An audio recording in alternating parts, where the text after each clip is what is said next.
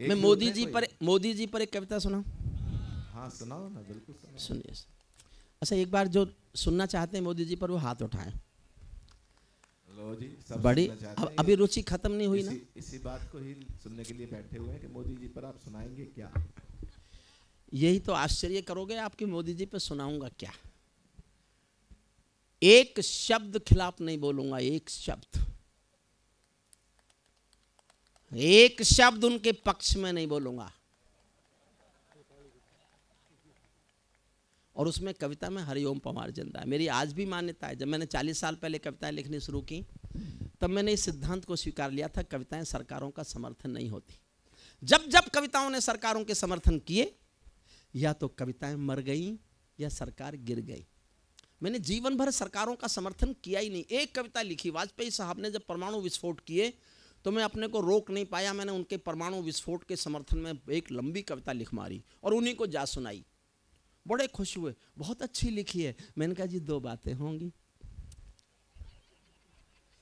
या तो मेरी कविता बचेगी या आपकी सरकार बचेगी। और कुछ दिन बाद इतिहास में लिखा हुआ है, कविता बची सरकार गिरी। उसके बाद मैंने सरकारों के पक्ष में नहीं लिखा।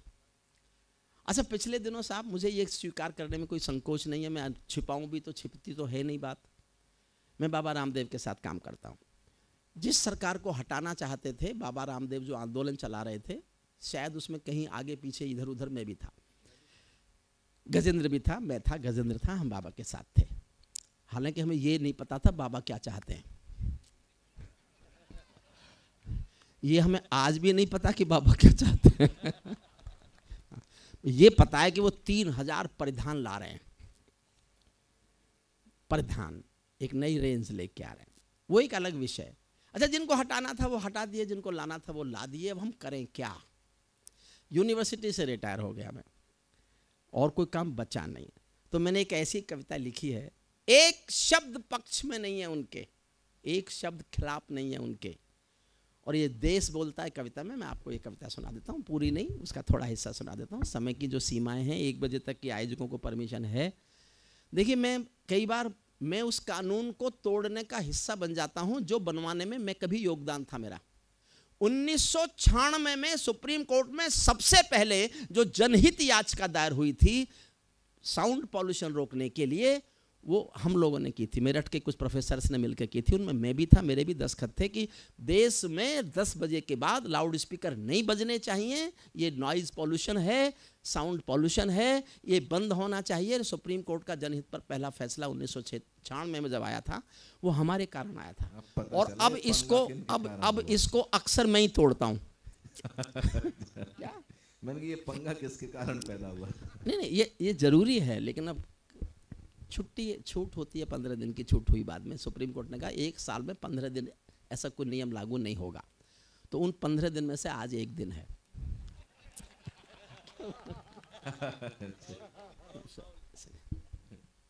मैं सुनिए, मन से सुनिए।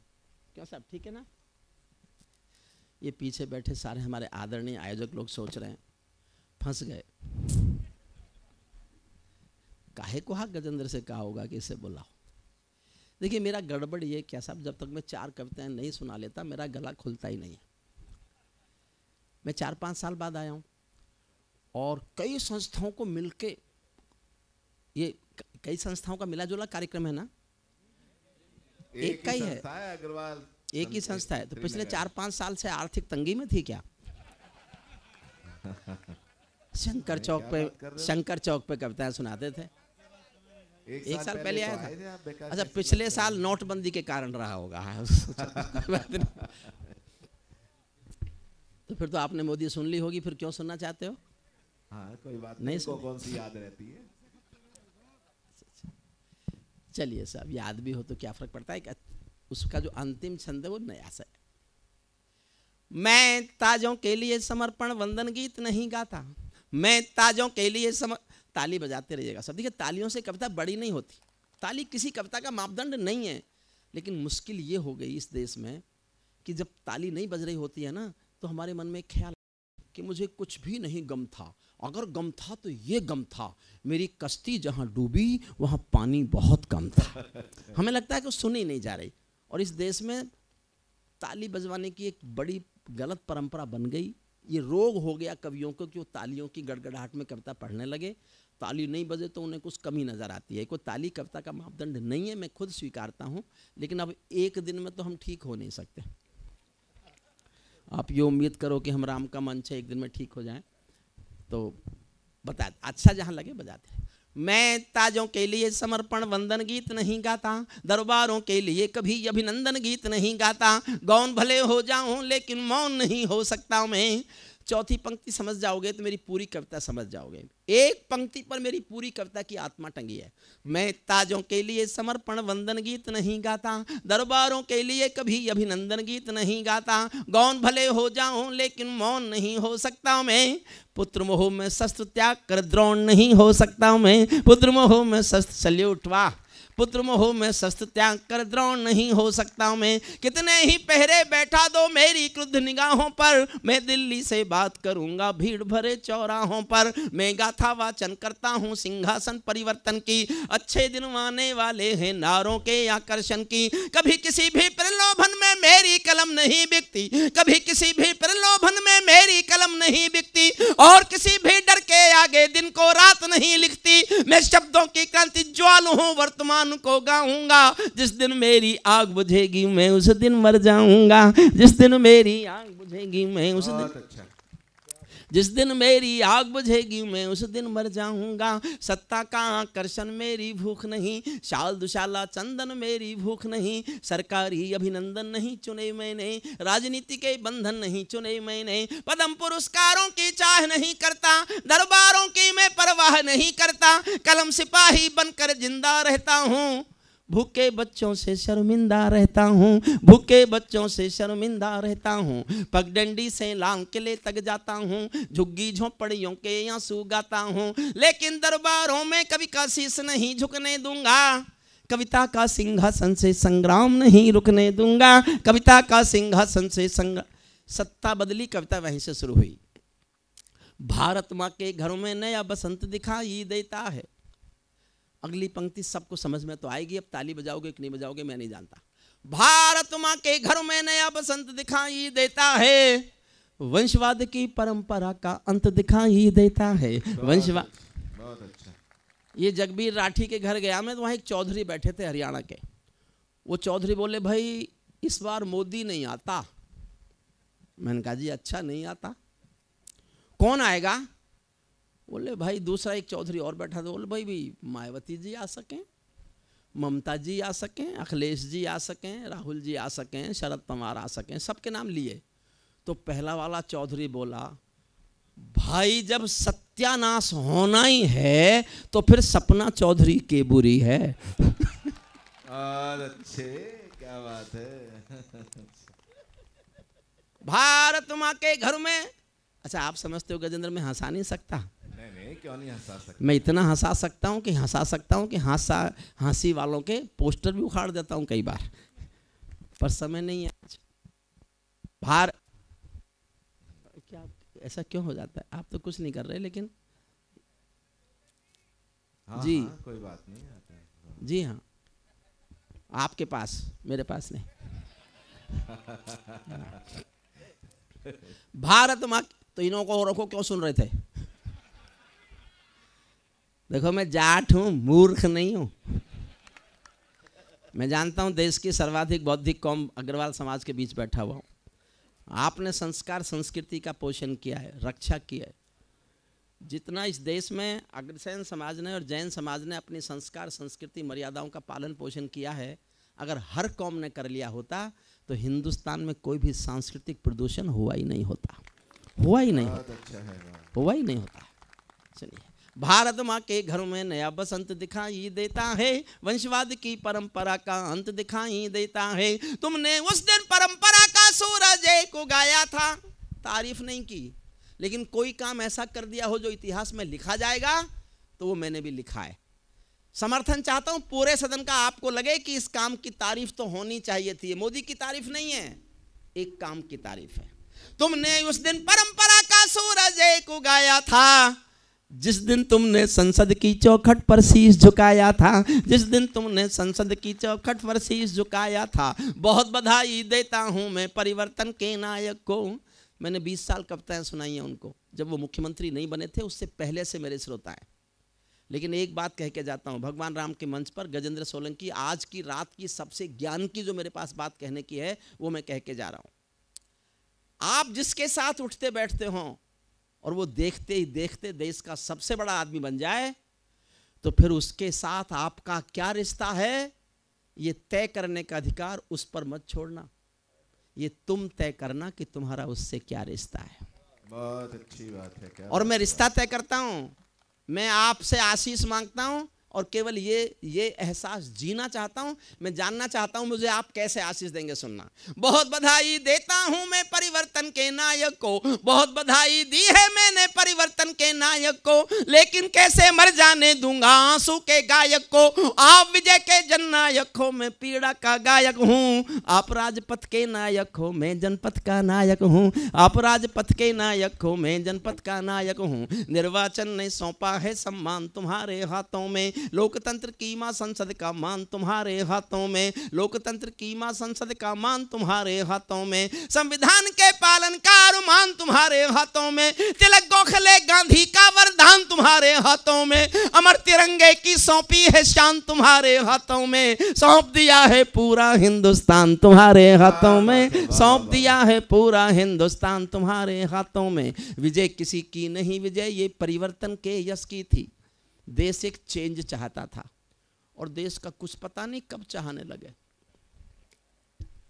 विजय किसी की नहीं, विजय ये परिवर्तन के यश की थी और पराजय गांधी जी के बंदर के अपयश की थी। 10 सालों तक बैसाखी से तारे टूटे मौन रहे, घोटालों पर घोटालों के अनबम फूटे मौन रहे, हर घटना दुर्घटना पर मौनी बाबा हो जाते थे, हनुमान चालीसा सीने पर रखकर सो जाते थे। जिस ईमानदार के घर में कौल दलाली पलती हो, उस दब्बू ईमानदार के पाप नहीं छिपने दूंगा, कविता का सिंहासन से संग्राम नहीं रुकने दूंगा। कविता का थोड़ी छोटी करता हूं, एक छंद सुनिए। उसमें हरिओम पंवार बोलता है, जो मूल हरिओम पंवार है, जिसको देश ने बहुत, मैं ऐसा महसूस करता हूं, ये भले ही मैं अपनी कॉपी खुद जांच रहा हूं कि देश मुझे बहुत बहुत प्यार करता है, बहुत प्यार करता है। आप भी बहुत प्यार करते हैं। जो इस हरिओम पंवार को देश प्यार करता है, वो हरिओम पंवार बोलता है, सुनना, हमने कई व्यथा भोगी हैं जनादेश नाकामी की। मैं कहने की हिम्मत कर रहा हूं, मौन मत होके सुनना, मौन होके मत सुनना। हमने कई व्यथा भोगी हैं जनादेश नाकामी की, ये परिवर्तन चढ़ ना जाए भेंट कहीं बदनामी की। जिंदा कौमें कभी झूठ की जय जयकार नहीं करती, जिंदा कौमें कभी झूठ की जय जयकार नहीं करती, भीगी पलकें सिंहासन वालों को प्यार नहीं करती, व्यापारी की पीड़ा को जो भी दरबार नहीं सुनता, उसका भाषण लाल किला भी बारंबार नहीं सुनता, उसका भाषण लाल किला भी बारंबार नहीं सुनता। इस सवाल का उत्तर क्या है, मैं किसको समझाऊं क्या, मेरी समझ नहीं आया तो जनता को बतलाऊं क्या। सत्ताधीशों के अधरों पर पहरा क्यों हो जाता है, कभी कभी सिंहासन गूंगा बहरा क्यों हो जाता है, कभी कभी सिंहासन। और मैं कहां तक जा सकता हूं कविता में, यहां तक शायद मैं ही जा सकता हूं, बस सुनना। कभी कभी सिंहासन गूंगा बहरा क्यों हो जाता है, सत्ताधीशों के अधरों पर पहरा क्यों हो जाता है। मैं चारण हूं चौराहों पर आंख लाल कर पूछूंगा, मैं चारण हूं चौराहों पर आंख लाल कर पूछूंगा, सिंहासन के गिरेबान में हाथ डाल कर पूछूंगा, जो भूखों के लिए किए हो काम बता दो मोदी जी, काले धन के गद्दारों के नाम बता दो मोदी जी, काले धन के गद्दारों के नाम बता दो मोदी जी। मेरी चीखें संसद की दीवारों से टकराएंगी, मैं जनता की मांगों की आवाज नहीं घुटने दूंगा, कविता का सिंहासन से संग्राम ने।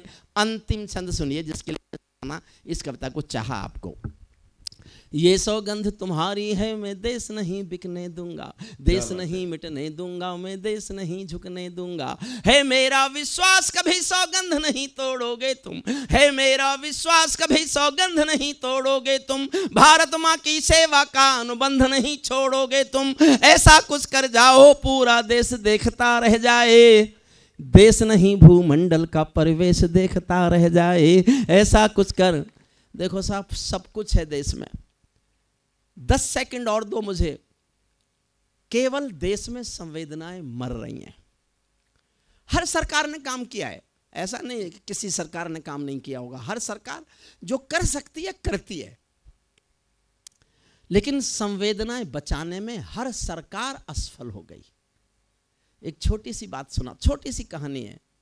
एक बहुत अमीर महिला एक बहुत महंगी साड़ी पहने हुए एक बहुत बड़ी सी कार में एक साड़ी की दुकान पे आई और दुकानदार को बुलाया, कांच खोल के, कार का शीशा खोल के, और बुला के कहा मुझे एक जल्दी से सस्ती सी साड़ी दे दो, मेरी नौकरानी की बेटी की शादी होने वाली है। ये कोई खास बात नहीं है, अक्सर अमीर महिलाएं ऐसा करती होंगी। खास बात यह है कि आधे घंटे बाद एक 85 साल की बुढ़िया फटी हुई धोती पहने हुए टूटी सी रिक्शा में बैठकर उसी साड़ी की दुकान पर आई और दुकानदार से कहा मुझे इस दुकान की सबसे अच्छी साड़ी दे दो, मेरी मालकिन की बेटी की शादी होने वाली है।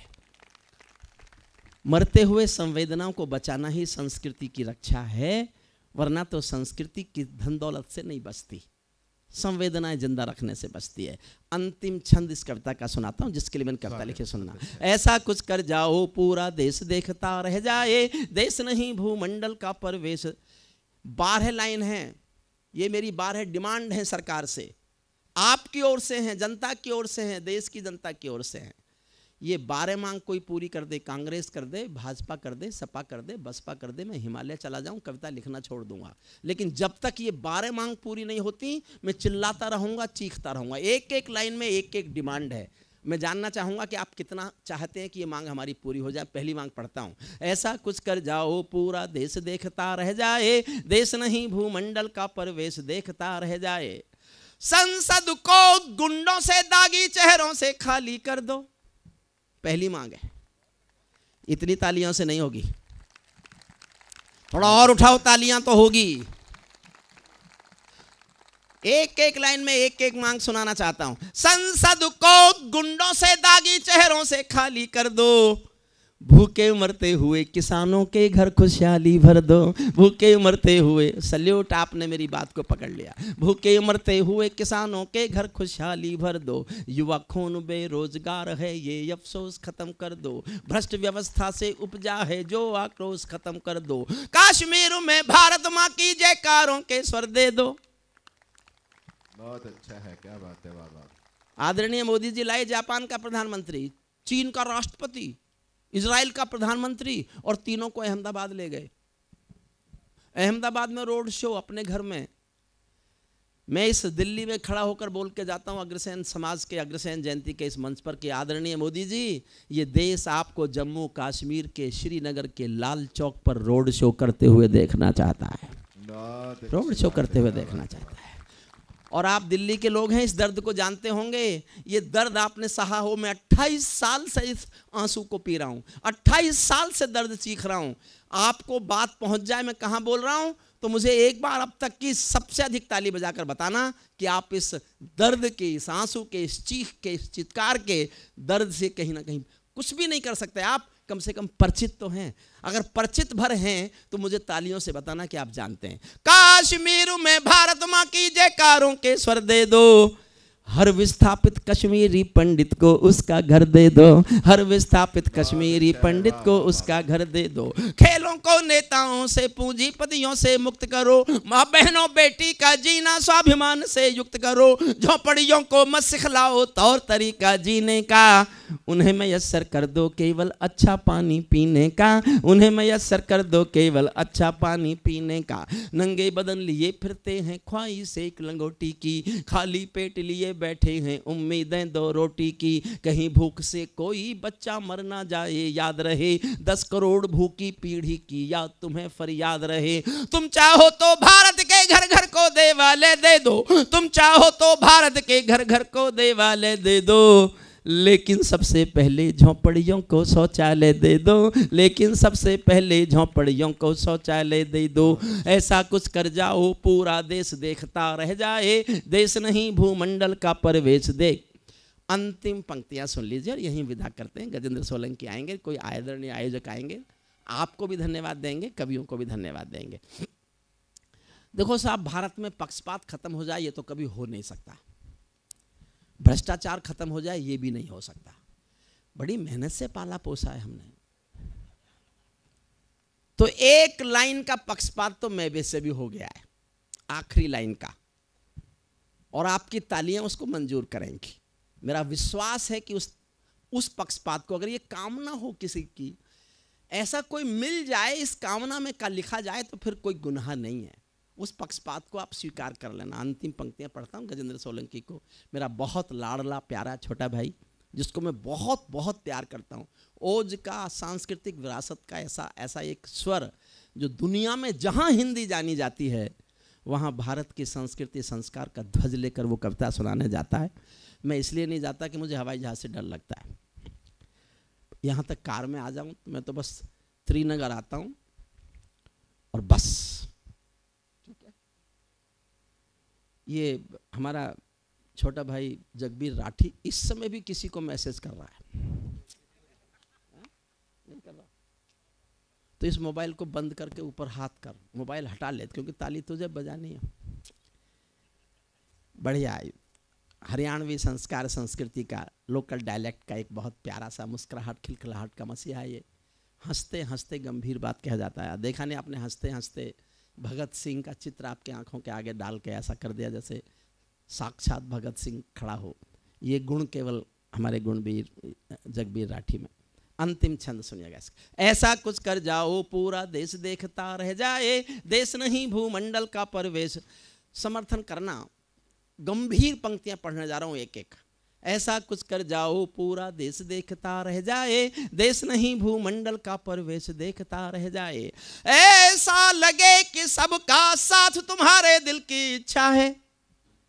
अगर तुम ये सिद्ध करना चाहते हो इस देश में कि सबका साथ सबका विकास ही तुम्हारे दिल में है, तो फिर इस देश में अलवर, दादरी और कासगंज नहीं होने चाहिए, नहीं होने चाहिए सर, नहीं होने चाहिए। ऐसा लगे कि सबका साथ तुम्हारे दिल की इच्छा है, सामाजिक सद्भाव तुम्हारी सबसे कड़ी परीक्षा है, सामाजिक सद्भाव तुम्हारी सबसे कड़ी परीक्षा है। ऐसा लगे कि गुजराती बेटा गांधी का सपना है, ऐसा लगे कि गुजराती बेटा गांधी का सपना है। ऐसा लगे कि दिल्ली का सरपंच हमारा अपना है, ऐसा लगे कि 1.25 अरब की आबादी का दमखम हो, ऐसा लगे कि भारत की सब तहजीबों का संगम हो। ऐसा लगे कि देशद्रोहियों को तुमने ललकार दिया, ऐसा लगे कि देशद्रोहियों को तुमने ललकार दिया। ऐसा लगे कि भारत मां का हर दुश्मन धिक्कार दिया। ऐसा लगे कि काले धन का पूरा खेल हिल गया है, ऐसा लगे कि दिल्ली को सरदार पटेल मिल गया है, ऐसा लगे कि दिल्ली को। बहुत बहुत धन्यवाद। एक बार हाथ उठा के ताली बजा के बधाई दीजिएगा आदरणीय हरिओम परमार जी को। हमारे चैनल को अवश्य सब्सक्राइब करें और नए अपडेट्स सबसे पहले पाने के लिए इस बेल बटन को दबाना न भूलें।